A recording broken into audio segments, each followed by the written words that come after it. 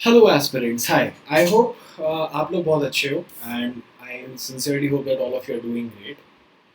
In this video, we are again going to discuss some very important legal current affairs, which is going to help you for your law entrance examinations in 2022.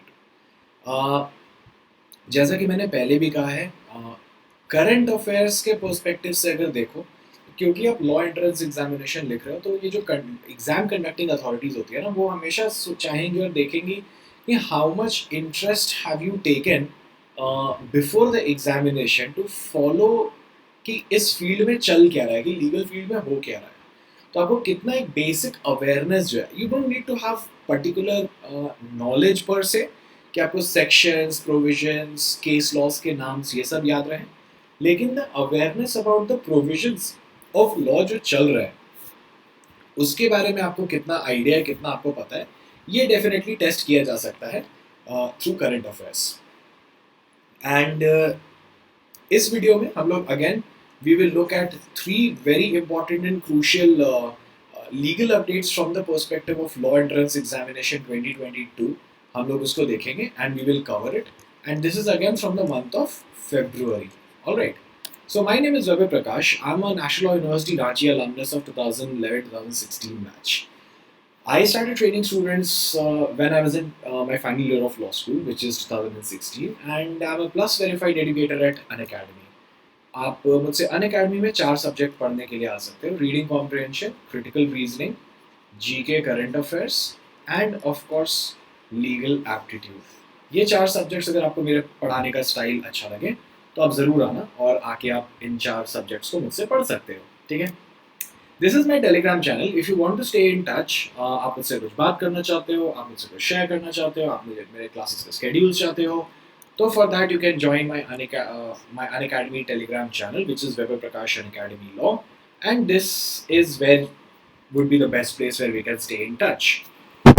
Now before we actually delve into कि हमको क्या पढ़ना है, मैं आपको जल्दी से ये बताना चाहूँगा कि अनअकैडमी आपको प्रोवाइड करता है एक प्लेटफॉर्म जहाँ पे कि आप 2 तरीके से अपनी पढ़ाई कर सकते हो, अपने एजुकेशन को गेन कर सकते हो, अपनी एग्जाम के लिए तैयारी कर सकते हो।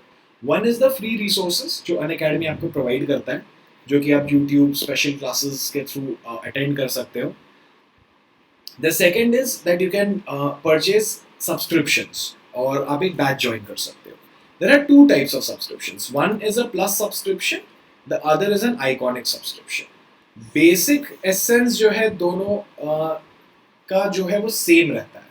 प्लस में अगर आप देखोगे तो आपको स्ट्रक्चर्ड कोर्स मिलती है, आइकॉनिक में आपको एक स्ट्रक्चर्ड कोर्स मिलता है, बैच में आपको स्टार्टिंग से लेके एंड तक जो है वो पढ़ाया जाता है, and that is exactly what provides you the structure. और डेली क्लासेस होती है, लाइव टेस्ट्स एंड क्विजेस होते हैं।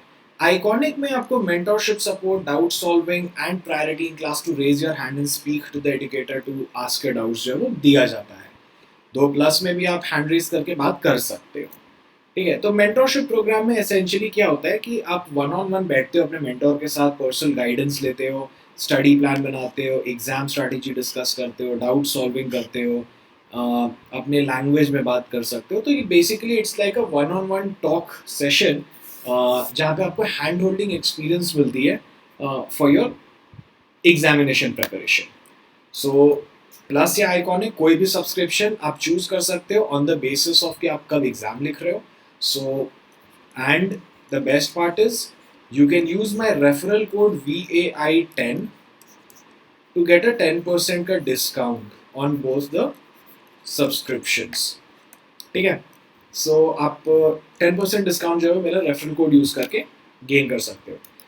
अगर आपको क्लैट सब्सक्रिप्शन से रिलेटेड कोई भी डाउट होती है तो you can call up on this number, batches, fees etcetera etcetera, you can call up on this number. ये मेरी अनअकैडमी टीम का नंबर है 7825860504, एंड यहाँ पे आपको वो हेल्प कर देंगे, ठीक है। अनअकैडमी आपके लिए ऑल्सो लेके आया है सेल्फ एनालिसिस सीरीज कि आपको लॉजिक कैसे पढ़ना चाहिए, इंग्लिश कैसे करनी चाहिए, क्वांट कैसे करना चाहिए, एटसेट्रा एटसेट्रा। सो एसेंशियली आपको ये सभी कुछ जो है वो एक सेल्फ एनालिसिस सीरीज 4 अप्रैल से स्टार्ट हुई है, जो कि 8 तक चलेगी, तो आप इसको डेफिनेटली अटेंड करना। There are multiple batches. CLAT 2023 जो बच्चे अभी दिसंबर में अपना एंट्रेंस एग्जामिनेशन लिखेंगे दिसंबर 2022 में, तो उनके लिए एक बैच जो है वो 6 से स्टार्ट हुआ है, तो आप इस बैच को डेफिनेटली ज्वाइन करके अपनी प्रेपरेशन कर सकते हो अगर आपने अभी तक नहीं किया है तो। Secondly there is a batch rank booster for CLAT 2022। ये शॉर्ट टर्म बैच है फॉर स्टूडेंट्स जो कि जून में अपना एंट्रेंस एग्जामिनेशन जो है वो लिखेंगे। उसके बाद एक बैच है क्लैट 2024 के लिए जो कि काफ़ी लॉन्ग टर्म बैच है। तो आप इसको अगर आप अभी 11th में जा रहे हो and you want to start your preparation, you can join this particular batch. Also 10th of April जो है उस दिन संडे को 1 घंटे का स्कॉलरशिप टेस्ट है, 50 क्वेश्चंस आएंगे and you have amazing chance of winning some exciting rewards and vouchers. Unacademy will give you national mock tests, section tests, topic-wise tests, etc., etc. And also Unacademy लेके आया है आपके लिए light subscription. Unacademy light subscription जो है वो लेके आया है Unacademy। This is specifically design for 2022 students, क्योंकि अभी आप लोग के लिए इम्पोर्टेंट है कि आप मॉक्स लिखो, और इसमें ये सिर्फ और सिर्फ मॉक टेस्ट सीरीज है जिसको कि आप 3 मंथ्स के लिए यूज कर सकते हो। 25 मॉक्स फॉर इनॉग्रल प्राइस ऑफ 1999। और अगर आप 1 मंथ में कंप्लीट करना चाहते हो 25 मॉक्स तो 999 में आप अवेल कर सकते हो। तो ये पूरे मंथ जून तक जो है वो आपका चलेगा मॉक टेस्ट, और you will get a leaderboard across thousands of aspirants will be taking. These questions are designed by top educators. Difficulty level quite similar आपको दिखेगा मिलेगा, and of course you have chances of winning some amazing vouchers for the rank 1, 2 and 3 in these mock tests. और Unacademy की special classes जो होती है वो free होती है। सो आप Unacademy ऐप पे आ सकते हो, यू कैन फॉलो मी। आपको मेरा Unacademy का लिंक जो है, Unacademy प्रोफाइल लिंक जो है वो आपको डिस्क्रिप्शन बॉक्स में मिल जाएगा। And of course so you can just follow me there, and whenever I create a special class you will get a notification about the same। ठीक है, चलो सो यहाँ से स्टार्ट करते हैं फर्स्ट इवेंट जो हमें डिस्कस करना है। The first event is supreme court on death penalty. Now death penalty और called as capital punishment is one of the or is the highest form of punishment that can be given in India। और ये जो capital punishment होता है, death penalty जो होती है वो दी जाती है bye hanging till death.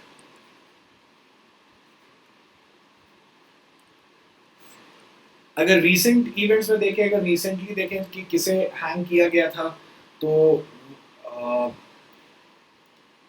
Nirbhaya gangrape case जो थे उसके जितने भी कन्विक्ट्स थे उन सभी को हैंग कर दिया गया था। उसमें से एक जुवेनाइल था जो कि जुवेनाइल लॉज के अंदर 3 साल की सज़ा के बाद छूट गया, और एक की डेथ हो गई थी during the course of trial itself, but बाकी जितने भी थे उन सभी को फांसी लगा के उन्हें सज़ा दे दी गई।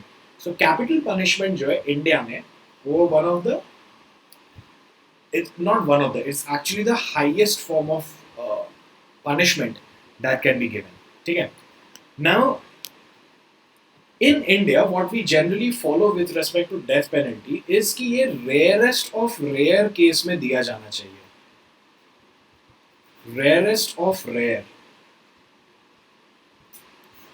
अब ये रेयरेस्ट ऑफ रेयर क्या है, तो ये बहुत ही सब्जेक्टिव इंटरप्रिटेशन हो जाता है जो कि सिचुएशन टू सिचुएशन जो है उस पर डिपेंड करता है कि इस पर्टिकुलर, सो ये एक जज का डिस्क्रिशन होता है। ऑल्सो मैं अगर आपको बता दूं तो कैपिटल पनिशमेंट डेथ सेंटेंस जो है वो सेशंस कोर्ट के नीचे कोई नहीं दे सकता है। ठीक है, सेशंस कोर्ट जो होता है वो डिस्ट्रिक्ट का हाईएस्ट क्रिमिनल कोर्ट होता है। ठीक है, सो सेशंस कोर्ट अगर आपको डेथ पेनल्टी देता है तो that needs to be confirmed first by the high court, और फिर आप हाई कोर्ट से सुप्रीम कोर्ट जा सकते हो अपील में इफ यू फील कि नहीं आपको डेथ पेनल्टी नहीं मिलनी चाहिए थी। And then again it's always, and then of course you can also go for a pardon petition जो कि आप प्रेसिडेंट के पास फाइल कर सकते हो। But apart from that, yes, this is what the law relating to death penalty is. But yes, Indian law जो है वो इसी तरीके से डेवलप किया गया है कि बहुत ही रेयर केस में जहाँ पे कि पूरे सोसाइटी का कॉन्शियस हिल जाए, ऐसे केसेस में डेथ पेनल्टी जो है वो अवॉर्ड या ग्रांट करनी चाहिए. अदरवाइज द जुडिशरी और द पीनोलॉजी, द जूरिस्प्रूडेंस जो है, जो साइंटिफिक अंडरस्टैंडिंग है, वो यही है कि डेथ पेनल्टी जो है वो नहीं दी जानी चाहिए in most of the cases. ठीक है. सो अभी why are we discussing this is because recently supreme court ने कम्यूट किया the death sentence of a man who was convicted of rape and murder of a 7 year old girl to life imprisonment. तो आपको लगेगा कि 7 साल की बच्ची का रेप एंड मर्डर किया तो ये तो काफी रेयर और रेयरेस्ट ऑफ रेयर केस था, तो इसमें लाइफ इम्प्रिजनमेंट जो है वो क्यों कम. सो कम्यूटेशन का मतलब होता है कम करना, सजा को कम कर देना. ठीक है. So is to reduce, right. तो the only thing is the court found that this does not actually fall under the rarest of rare cases where death should be awarded.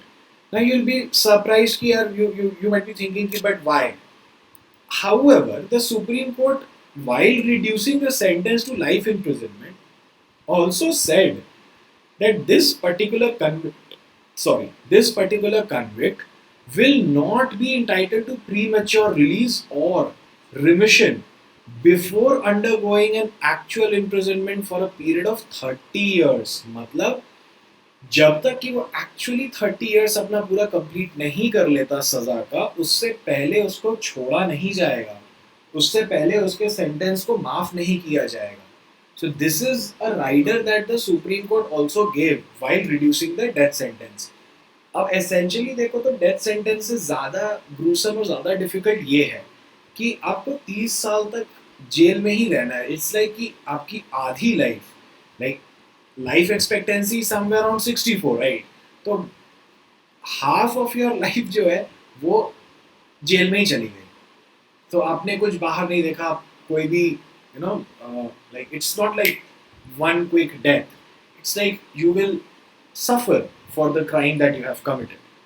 Then also Supreme Court said that and advised the trial judges like sessions judges जो होते हैं, that they should not be swayed, like उनको इतना ज़्यादा death penalty के favor में नहीं आ जाना चाहिए just because the nature of the crime बहुत gruesome है या society को काफ़ी impact करता है. उनको मिटिगेटिंग फैक्टर्स जो है वो भी ध्यान रखना चाहिए. सो सुप्रीम कोर्ट ने बहुत सारे केसेस में पहले मिटिगेटिंग सर्कमस्टांसेस रखे हैं. जैसे one of the mitigating circumstance का मतलब होता है कि व्हाट आर दोज रीजंस जिसके कारण कि आप डेथ पेनल्टी नहीं दोगे. ठीक है. So one of the mitigating factors जो होता है वो ये होता है कि अगर मान लो कोई एक व्यक्ति है जो कन्विक्ट है, जिसे आप फांसी देना चाहते हो, वो मेंटली अनस्टेबल है. ठीक है. तो आप उनको नहीं दे सकते. Person who is mentally unstable, आप उनको डेथ पेनल्टी नहीं दे सकते. लाइक फॉर एग्जांपल वो विमेन है with a child, she is pregnant, आप उनको नहीं दे सकते डेथ पेनल्टी. तो ये सब कई सारे मिटिगेटिंग सर्कमस्टांसेस जो है वो होते हैं. तो कई सारे केसेस में डिफरेंट मिटिगेटिंग सर्कमस्टांसेस को सुप्रीम कोर्ट ने बताया है और उसको फॉलो करना ज़रूरी होता है. ऐसे काफ़ी ओल्ड एज हो गई, कुछ लाइफ थ्रेटनिंग डिजीज़ है जो कि आप अंडरगो कर रहे हैं कन्विक्ट, तो ऐसे केसेस में नहीं दिया जाता है ह्यूमैनिटेरियन ग्राउंड पे. सो देखो, there is a difference between the criminal and the justice system. Justice system जो है वो वेंजेंस के उस पर नहीं चलता कि हमको उसने कुछ गलत किया तो अब उसके साथ भी गलत करेंगे ही करेंगे. That is not how civilise justice system works. At times बहुत ईजी होता है हमारे लिए कि हम स्वे कर जाएं कि नहीं यार उसने गलत किया तो उसके साथ भी गलत होना चाहिए. But that is not how the Indian judicial system और Indian justice system is. Eye for an eye वाला जो कॉन्सेप्ट है रिट्रीब्यूशन का कि मेरा आँख फोड़ा तो तुम्हारा भी आँख फोड़ेंगे, तो ऐसे पूरी वर्ल्ड जो है वो अंधी हो जाएगी. तो इसीलिए वो उस फिलॉसफी को नहीं फॉलो करते हुए the justice system is like कि नहीं ठीक है, हम अप्रोप्रिएट सज़ा देंगे. ऐसा नहीं है कि हम उसको फिर छोड़ देंगे. टेक्निकली देखो तो उसकी पूरी लाइफ जो है वो खत्म ही हो गई, राइट. वो we just did not take his life, but we have practically taken away the entire entire social being of a person. So supreme court ने बहुत सारे पीनोलॉजी के प्रिंसिपल्स को रेफर किया एंड कहा कि यार देखो क्या है ना कि preservation of human life is something which we will do. We are not the criminals, we are the justice system and हम ह्यूमन लाइफ के प्रिजर्वेशन की बात करेंगे. और पीनोलॉजी जो है वो एक क्रिमिनोलॉजी का एक सब कॉम्पोनेंट है. Criminology basically is the study of crime which deals with different philosophies and different practices of societies कि आप क्रिमिनल एक्टिविटीज़ को कैसे कम कर सकते हो, पब्लिक ओपिनियन को कैसे सेटिस्फाई कर सकते हो, क्या पनिशमेंट दिया जा सकता है क्रिमिनल ऑफेंसेस के लिए, ये सब की स्टडी को पीनोलॉजी कहा जाता है. So penology is basically study of punishment. Okay. And Supreme Court also noted कि टफ कैपिटल पनिशमेंट जो है वो एक डेटरेंट फैक्टर है जिससे डर पैदा होता है सामने वाले के मन में कि आप आगे न करो ऐसा. And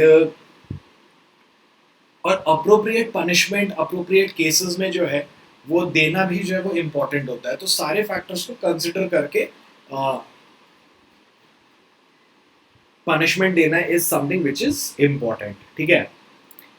Now, moving on to the second event. The second event is the misuse of Section 498A of the Indian Penal Code. So, supreme court जो है एक रीसेंट जजमेंट में इस बात को हाईलाइट किया कि 498A आईपीसी का जो है ना उसका बहुत ही ज़्यादा मिसयूज किया जा रहा है. There is a growing instance, there is growing cases जहाँ पे कि 498A इज बीइंग मिसयूज्ड, जिसके कारण अल्टीमेटली हो क्या रहा है कि जो मैरिटल रिलेशंस होते हैं उसमें फ्रिक्शन डेवलप हो रहा है, उसमें दरार आ रही है. तो इस चीज़ को ध्यान में रखते हुए कि ऐसा नहीं होना चाहिए, सुप्रीम कोर्ट ने कहा कि we need to devise something where this stops. Appropriate cases में ज़रूरी भी है, लेकिन दूसरे केसेस में इसका मिसयूज भी हो रहा है तो उसको स्टॉप करना भी ज़रूरी है. अब क्वेश्चन ये आता है कि 498A है क्या. So 498A basically is a provision जो कि मैरिड विमेन के लिए है, वेरिन अगर she suffers from some form of cruelty by her husband or the family of the husband, तो ऐसे केसेस में she can go and file a criminal complaint. अब ये जो प्रोटेक्शन है 498A का वो इसलिए दिया गया था कि बहुत डाउरी हरासमेंट होता था, बहुत क्रूअल तरीके से बिहेव किया जाता था, पेट्रियार्कल सोसाइटी, पेट्रियार्कल माइंडसेट जो वो काफ़ी स्ट्रॉन्ग था. But with modernisation, with communication, with access to education ये सब थोड़ा कम हुआ है. ठीक है. डेटरेंस आया है कि यार ये सब नहीं करना है बिकॉज हम भी फंस सकते हैं and it becomes very difficult in such cases because courts काफ़ी स्ट्रिक्ट एक्शन लेती है. बट अब इसका एक फ्लिप साइड ये आ गया है कि एक इंक्रीज्ड टेंडेंसी देखी गई है कि अगर कुछ शादी में कुछ ठीक नहीं चल रहा या आप नाराज हो थोड़ा तो in order to settle these personal scores against the husband और the family of the husband, a lot of cases have come to light where false cases of 498A like cruelty against the women के cases जो है वो file किए गए हैं. And this actually has twofold problems. One problem is कि genuine victims जो होती हैं उनके ऊपर से limelight चली जाती है, जहाँ पे actually जो genuine victim है उनको फिर they suffer because फिर एक आपके मन में एक बायस आ जाता है कि यार ये कहीं फ्रिवलेस केस ना हो, है ना. तो एक वो डिसएडवांटेज है. And second disadvantage is also the victimisation of the husband and the family of the husband. तो ये दो प्रॉब्लम है. तो अब इस चीज को अब मैं ये नहीं कह रहा कि 498A हटा देना चाहिए. It should be there, I am not denying that. Yes, still अभी मतलब women do suffer at the hands of the husband and the relatives. लेकिन there needs to be a mechanism where women should also have a fear that अगर मैंने frivolous false case किया तो मेरे against भी बहुत swift और stringent action जो है कोर्ट लेगी.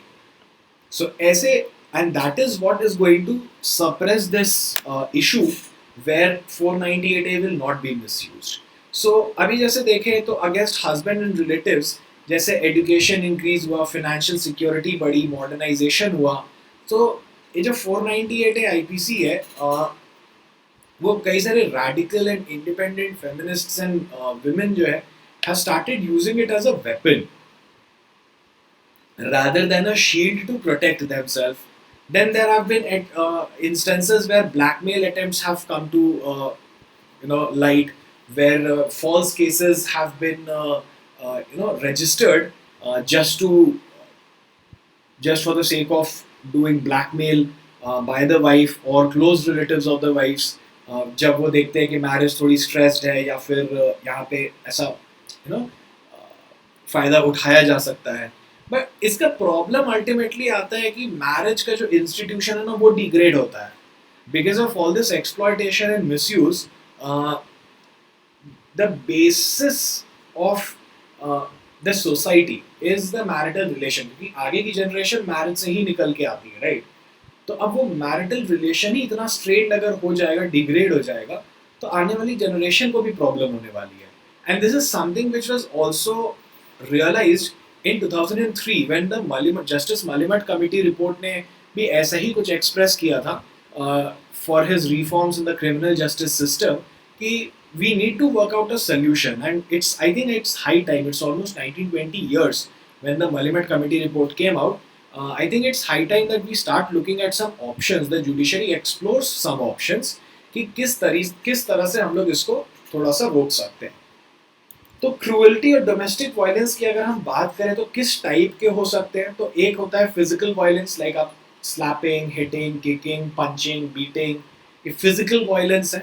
Then of course comes your sexual violence like forced sexual intercourse and some any other form of sexual coercion, है ना, forceful sexual activities. Then emotional abuse जो है, जिसको साइकोलॉजिकल अब्यूज भी कहते हैं, like insult in front of people, belittling, constant humiliation, intimidate करना, डराना, threat करना, threatening to take away the children. All these amounts to emotional abuse. And fourth is like controlling behavior, like isolating the person from the family, friends, keeping an eye on them, monitoring their movements, restricting access to financial resources, restricting their employment, restricting education or medical care. ये सब all these activities से, ये domestic violence जो है सिर्फ मारना पीटना नहीं होता, but it's like a huge gamete of different activities जिसको कि डोमेस्टिक वायलेंस कहा जाता है, जिसके against domestic violence protection and prevention act जो है वो है इंडिया में. And 498 is one part of 498A IPC जो है वो एक टूल है जो अलाउ करता है विमेन को अपने प्रोटेक्शन के लिए यूज करने के लिए. Now coming to the third and the last issue, which is misuse of Prevention of Money Laundering Act. Okay. Now Money Laundering Act के prevention की अगर बात करें तो Money Laundering Act, Prevention of Money Laundering, ये name itself suggests कि ये laundering of money को stop करने के लिए ये law बनाया गया था. Laundering of money का क्या मतलब होता है? सिंपल शब्दों में अगर आपको बताऊं तो कोई भी अगर आपका कोई भी इनकम है, आपने इंडिया में पैसे अर्न किए एंड उसके बाद आप बिना टैक्स भरे उस पैसे को किसी इलीगल सोर्सेज से वन वे और द अदर आप उसको ले जाके दूसरे कंट्री के किसी बैंक में डाल देते हो so that you don't have to pay taxes in India. ठीक है, या फिर वो जो इनकम है आपकी वही इलीगल सोर्स से आई है. अगर मान लो बेटिंग, मान लेते हैं कि बेटिंग या ब्लड मनी या something of that sort is prohibited, और आपने उस तरीके से पैसे कमाए, तो अब आप उसको शो तो नहीं कर सकते, आप क्या सोर्स दिखाओगे, तो इसलिए आप क्या करते हैं, आप उस पैसे को लॉन्डर कर देते हो, आप उस पैसे को बाहर के अपने कोई ऑफशोर अकाउंट में, ऑफशोर कंपनी में डाल देते हो. तो prevention of money laundering act जो है वो इसी चीज के लिए बना था कि इलीगल मनी जो है वो ट्रांसफर ना की जा सके. ठीक है, but right now supreme court जो है is examining certain allegations against the misuse of the PMLA act. ठीक है, ये 2002 का एक्ट है जो कि गवर्नमेंट एट टाइम्स गवर्नमेंट और जिसकी एनफोर्सिंग एजेंसी है जिसको एनफोर्समेंट डायरेक्टोरेट कहते हैं, ईडी कहते हैं, इनके द्वारा जो रैम्पेंट मिसयूज हो रहा है पीएमएलए का उसको एग्जामिन कर रही है supreme court. So prevention of money laundering act जो है वो सभी financial institutions, banks including RBI, mutual fund, insurance company और कोई भी फाइनेंशियल इंटरमीडियरीज के लिए एप्लीकेबल है. तो अब इसमें क्या आता है, इसमें एक रिपोर्टिंग एंटिटी होती है which includes a banking company, financial institution, intermediary etcetera. PMLA जो है पहले फाइन जो था वो 5 लाख रुपीज का था, कि मैक्सिमम फाइन जो है वो 5 लाख रुपए तक लगाया जा सकता है, बट अमेंडमेंट से ये अपर लिमिट हटा दी गई, अब कितना भी लगाया जा सकता है फाइन। तो मेजर एलिगेशन जो है कि किस तरह से इसको मिसयूज किया जा रहा है, इज बेसिकली कि ऑर्डिनरी क्राइम्स जो है उसको भी इन्वेस्टिगेट किया जा रहा है through the prism of money laundering act, जिसमें कि जेन्युइन विक्टिम्स के एसेट्स भी जो है वो अटैच हो जाते हैं। तो जो विक्टिम है वही सफर कर रहा है ना। तो ये एक सबसे बड़ा एलिगेशन हो गया। उसके बाद पीएमएलए की अगर बात करें तो इंडिया ने ग्लोबल कमिटमेंट किया था, और ये एक्चुअली टेररिस्ट, क्योंकि ये जो मनी लॉन्ड्रिंग होता है वो टेररिस्ट एक्टिविटीज, ड्रग्स, ये सब इलीगल एक्टिविटीज को फंड करने के लिए सब पैसा यूज होता है। तो एक ग्लोबल कमिटमेंट था थ्रू वियना कन्वेंशन कि आप मनी लॉन्ड्रिंग को सभी कंट्रीज जो है वो स्टॉप करेंगे, एंड इंडिया ने भी बोला कि हाँ, we will also be a part of it. But however rather than doing that, अब हो क्या रहा है कि the rights of people are being clipped and confined and combined. तो बेसिकली आप राइट्स को ही रेस्ट्रिक्ट कर दे रहे हो लोगों के, एंड अब ये एक टूल बन गया है to score some political scores, कि आपने मेरे को पॉलिटिक्स में सपोर्ट नहीं किया है, आपने मेरे अगेंस्ट किया, तो अब मैं इन्फोर्समेंट डायरेक्टोरेट के थ्रू आपके कई सारे एसेट्स जो है वो फ्रीज करा के रख दूंगा, सो दैट आप पैसे यूटिलाइज नहीं कर पाओ, आपका इमेज जो है वो टार्निश हो जाएगा। So that is how PMLA has been is being utilised in today's time. तो ये एक जनरली बोले तो this was basically done, like I said, to counter the threat of money laundering, specifically जो नार्कोटिक्स वगैरह से, ड्रग्स से पैसे आते थे। एंड अभी के टाइम में अगर आप देखोगे तो मोर और लेस जितने भी केसेस बन रहे हैं उनका नार्कोटिक्स से, ऑर्गेनाइज्ड क्राइम से कोई लेना देना नहीं है। So this is something which is a problematic area. और दूसरा क्या है कि अब लैक ऑफ ट्रांसपेरेंसी और क्लैरिटी है। तो अब यहाँ पे ना अंडर द पीएमएलए एफआईआर्स नहीं लॉन्च होते हैं, यहाँ पे enforcement case information report ECIR जो है वो बोला जाता है, जो कि is equivalent of an FIR, but ये इंटरनल डॉक्यूमेंट है और ये अक्यूज को दिया भी नहीं जाता है। तो बड़ी ट्रांसपेरेंसी जो है बहुत कम है, क्लैरिटी नहीं है कि भाई क्या चार्जेस लगा रहे हैं। और इन्फोर्समेंट डायरेक्टरेट जो है अपने को एज एन एक्सेप्शन ट्रीट करता है कि भाई हमको ये सब इतना ट्रांसपेरेंसी देना नहीं है, क्लैरिटी देनी नहीं है। जो क्रिमिनल प्रोसीजर कोड में दिया हुआ है, जो अक्यूज के कुछ राइट्स होते हैं, और वो अपने ही विम्स एंड फैंसी से अपनी अपनी जो फाइलिंग करनी होती है वो ईसीआईआर का कर लेती है। Then there is also allegations की कोई क्लैरिटी नहीं है कि ईडी जो है वो कौन से केसेस को इन्वेस्टिगेट करने के लिए सेलेक्ट करती है। वो उसको जो सही लगता है वो उस केस को उठा के इन्वेस्टिगेट करना शुरू कर देती है। And the problem is that there are consequences की Enforcement Directorate which is a federal agency, अगर वो कोई इन्वेस्टिगेशन करती है तो उसके कॉन्सिक्वेंसेज होते हैं, जहाँ पे कि इंडिविजुअल लिबर्टी कर्टेल हो जाती है, आपके बैंक अकाउंट्स सीज हो जाते हैं, आपकी कंपनी के मूवमेंट और कंपनी के ट्रांजैक्शंस रुक जाते हैं। तो ये इसके काफ़ी सारे कॉन्सिक्वेंसेज है, और मान लो बाद में कुछ नहीं निकला तो आप बोल दो कि oops sorry, which is not done right. तो एक इंडिविजुअल बोलेगा ये what do you mean by oops and sorry, कि नहीं ठीक है कुछ नहीं निकला तो नहीं निकला, हम तो इन्वेस्टिगेट कर रहे थे, but that's not fair on the individual right. So इन्हीं सब चीज़ों को लेके एक केस जो है वो फाइल किया गया है, and Supreme Court is now investigating and like is examining with respect to all these allegations of misuse of the Prevention of Money Laundering Act. So with this we come to end of this video. Thank you so very much for being patient and learning through this. I hope आपको काफ़ी कुछ समझ में आया होगा जो हम लोगों ने आज डिस्कस किया है।